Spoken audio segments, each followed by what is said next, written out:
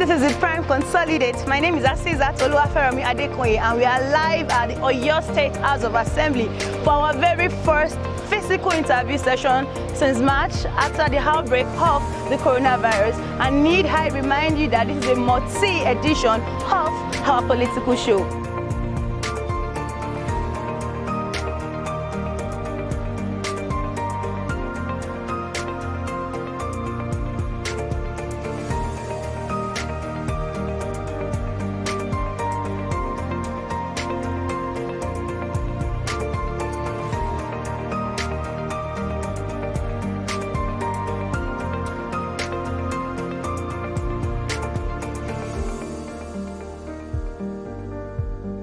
Once again, welcome to the August edition of our political show. My name is Asisat Oluwaferomi Adekoye, and I am your host for today. In celebration of the International Day of Youth, we have an interesting topic: youth as catalyst of development, and we also have a guest who has added knowledge and mastery of the topic for today. Sir, can we meet you? My name is Rt.Hon Adebo, Ogundoyin, Speaker, Oyo State House of Assembly. The Night Assembly. I represent Ibarapa East constituency. Well, thank you so much. It's an honor to be here in presence. And we have just a few questions about the topic. We want to know about the nature of the topic, we want to know the prospects, the challenges, and a bit of personal questions. So first, I would like to ask you, what do you conceive of the youth? You know, most people say that being a youth is a state of mind. Some people argue that it's about age. So to you, what do you conceive of youth? To be honest, I'd rather go with the thinking of the state of mind. Youth cannot really be defined by age because you see so many people bringing up different age brackets to define youth. Some say youth is from 18 to 30. Some say it's from 15 to 35. And some say it goes all the way to 40. So at the end of the day, I consider youth as a state of mind and as a personality. A state of mind of innovation, a state of mind of creativity, a state of mind of forward thinking, being futuristic with our actions of today, knowing fully well that they will yield dividend in future. That to me is the youthful state of mind, because something about the youth is that you see that they look forward into the future rather than looking at the present. So that's why I consider youth as a state of mind and forward thinking, progressive thinking. Yeah, thank you for that insight. And I would just try to chip this in. What do you consider development? What does it mean to you, the term development? Development in general, or the development in a specific sector? If we talk about development in general, I'll put that to almost the same as growth. Development has to be a fact that you go from a certain level to a better level, a higher level, and in order for you to do that, you have to develop yourself personally, you have to acquire new skills, and you have to apply those skills in order to make a difference in your environment.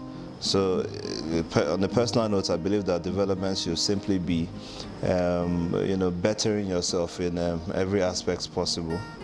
Thank you so much, and that's why scholars like Rt.Hon will argue that development is a many-sided process to the level of the individual, the state, and the society. Yeah. So I want to ask you, sir, what do you think? Is there any connection between youth and development, particularly taking Nigeria as a case study, youth and development?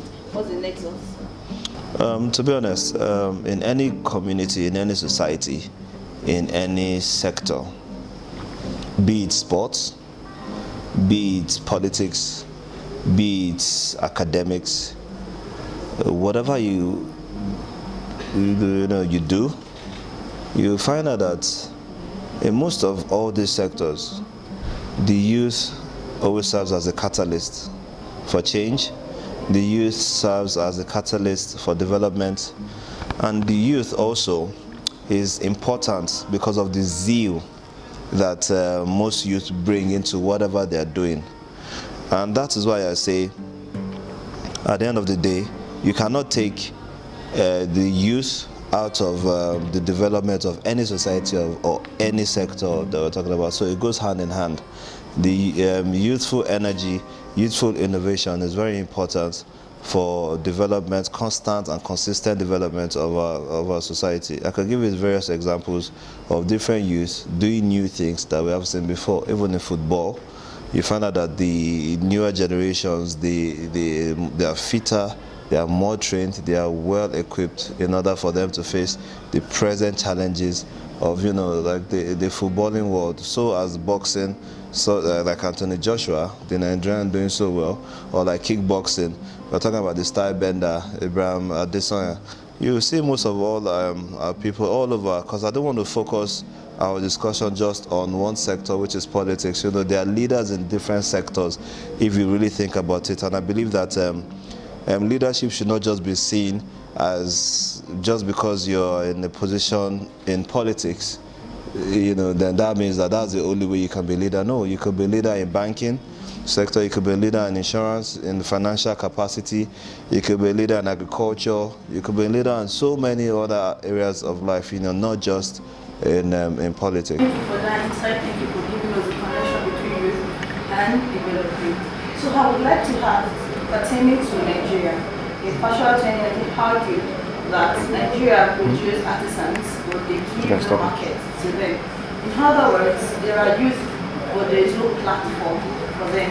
In your own opinion, do you think there are platform for youth to showcase their abilities, the talents that they have to become catalysts of development in this nation? Okay, there are two ways. The first way is that there are youth that don't rely on anybody. There are youth out there that don't wait for government. There are youth out there that don't wait for their parents. There are youth out there that have the drive and believe in what they are doing, and sure enough, in due time, it will pay off. But then there's some other kind of youth that wait, that rather blame governments for their misfortunes, that believe that just because they are educated or went to school, they're entitled to, jobs. They feel like they're entitled to benefits, and I condemn that strongly. This is my belief that for any society to thrive, there has to be a strong private sector. If you look at a country like America, America is a capitalist system. Nobody's waiting for the government to help them. Mark Zuckerberg didn't wait for governments for Facebook. Amazon didn't wait for the government. Big industries, not just the Apple and that is just technology. When you look at manufacturing as well, they are there as well. So, and there are some countries that are private sector driven, and that's what I want for Nigeria, because that's the model we already adopted.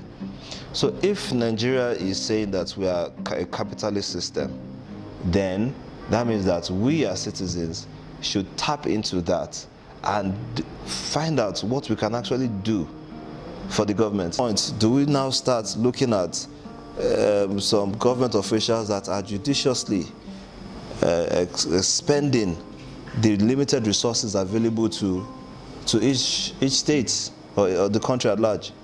So these are the things I'm talking about. I'm not saying, oh wow, nobody should talk or complain or nobody should criticize. No. But if you complain, how is it being constructive? Is there going to be a difference at the end of your move? We have to be strategic about what we do.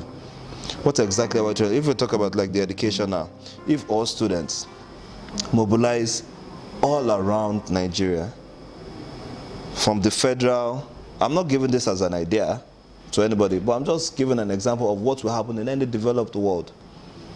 They will mobilize to actually come together, to network, to actually do something in order for them to force the hands of the men in charge. Most people, when they go on strike in the federal universities or federal higher institutions or tertiary institutions, what happens is that it's mainly done by staff, either teaching or non-teaching. What parts do students have to play in any of this? That's just the question. What part do they have to play? Either in the strike or either in calling the lecturers back or whatever. What part do they have to play that is visible to all to see? And this is what I'm talking about, the youth. And it doesn't just stop there. It also goes down to voting. If you look at the percentage of youths that are available, that are registered, and the percentage of youths that vote, it's rather unfortunate that we allow. I'm not looking down on anybody. I'm not criticizing anybody. I believe that everybody is competent enough to choose whoever their leader is, as long as they're a citizen of the country and they are above the voting age. But when you let people that know less than you determine who leads, how do you expect better? What I'm trying to say is that it's sometimes disappointing to have a lot of educated folks not interested in determining who leads them. So that's something that's actually it worries me a lot, and I pray that as we move forward, we can have more youth, more educated people, get more involved in politics and make decisions for the whole nation. Thank you for giving us your home view and alternative view, and I know that everyone will be able to ruminate on all these things. But right about now, we're going on a short break. Stay tuned, do not go anywhere, we'll be right back. Have you ever really wanted to talk to someone? Are you confused about what truly matters? Relationships? Academics or lifestyle? Heart Talk with Z is here to do just that. Contact on WhatsApp via +2 3470635388822. Email hearttalkwithz@gmail.com. Instagram @hearttalkwithz. Twitter @talkwithz. Okay, welcome back, and we'll continue our interview session. What challenges do you think being a youth and being the catalyst of development, what are the challenges that the youth have? What are the things that they face and that is now enabling them to be catalyst of development in Nigeria? I'm going to give a political answer to that, not an honest answer, like a political honest answer.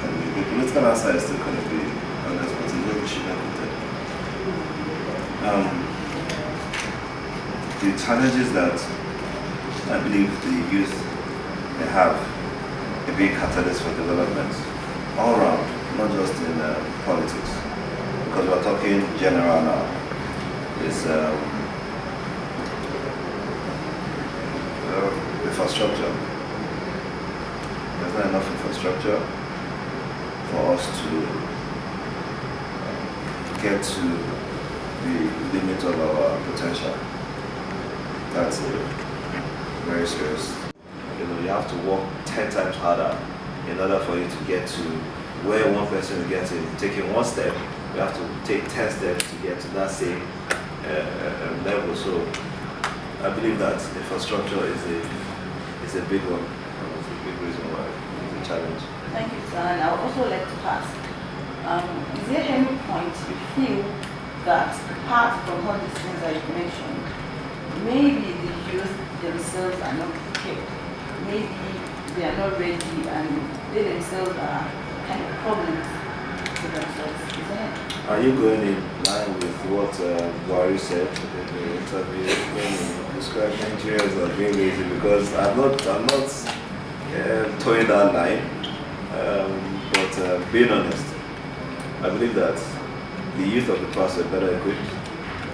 The youth of the past had less competition in terms of having access to facilities, having access to job opportunities, even having access to traveling, getting more exposure and whatnot. But now, because of the population of the country and the limited infrastructure and resources, there's a big burden on the country as a whole. And that has increased competition, and when there's a lot of competition, then there's definitely going to be limited resources for everybody to go around. So what I believe is that at the end of the day, we can help each other develop as much as we can.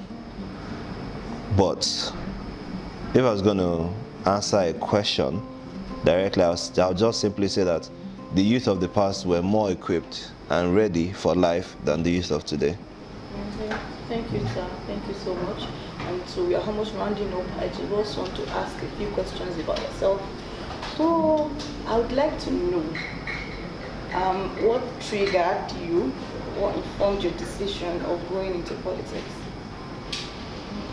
Well, I believe that I kind of always knew I'll be involved in public service one way or the other. I just didn't know how I was going to come in. That was when I was younger, growing up. And as at 2017, when I was on my farm, I wondered what it would be like to get involved in politics one way or the other, not thinking about contesting. I just joined my ward meetings. I always have sympathy for my party, PDP, so it was automatically a PDP ward meeting I'll be attending. And then from then on, I picked a keen interest in what was going on, because at the time the opposition was in power, and I saw that there were so much things I could do better than what he was doing.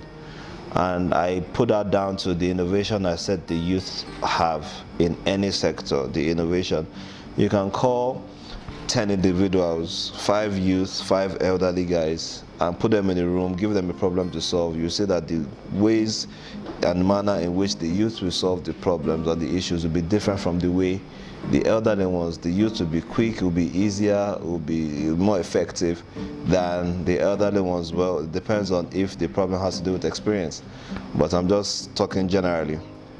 And then I decided to run for office based on what I just thought. You know, if you don't shoot, they say you don't score, so I may as well shoot. And I shot, and I got into the House of Assembly through the by-election 2018.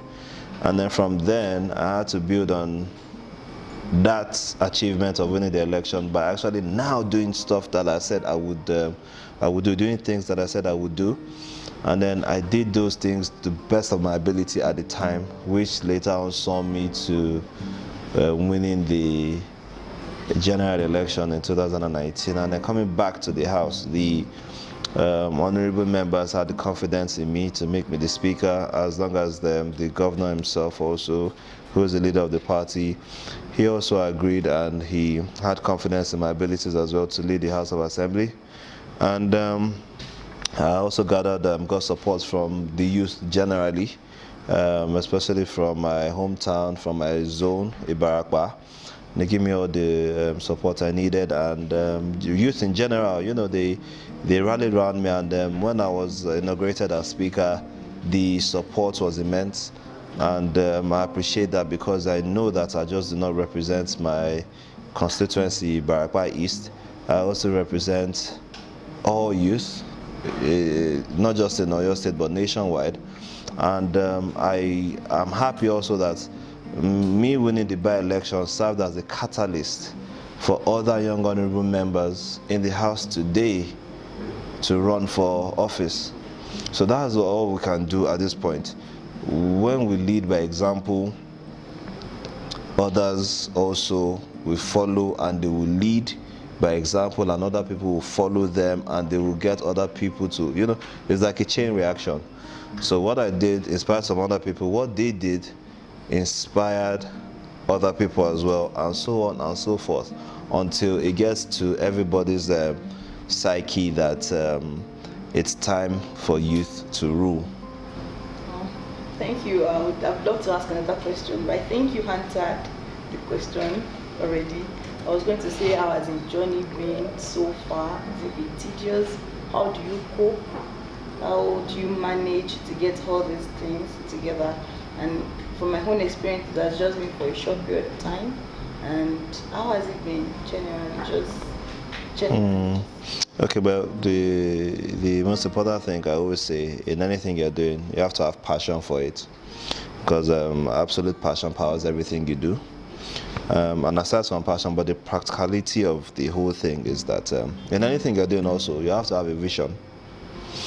Most preferably, if you can get a vision board, like a whiteboard, and think about the best case scenario for your life, and then write it down on your vision board. No matter how big the dream is, it doesn't matter. Just write it down, make some small plans around it. Every morning, just remind yourself of that which you want to do. And then you find out that day by day, you'll be doing things that is taking you closer to that vision that you have of yourself. So, although you have a vision of where you want to get to, it's the day-to-day activities that really matter at the end of the day. So you have to take every day as it comes. So whatever challenge I'm facing, I don't look at the big problem. I look at the little solutions that I can put day by day into solving the bigger problem. So I guess with God's help, with the knowledge, wisdom, and understanding from God Almighty, we can all get through whatever difficulties or challenges we're going through. Thank you. And finally, your parting words. What do you have to say to our viewers? This is going to be on YouTube. What do you have to say to them?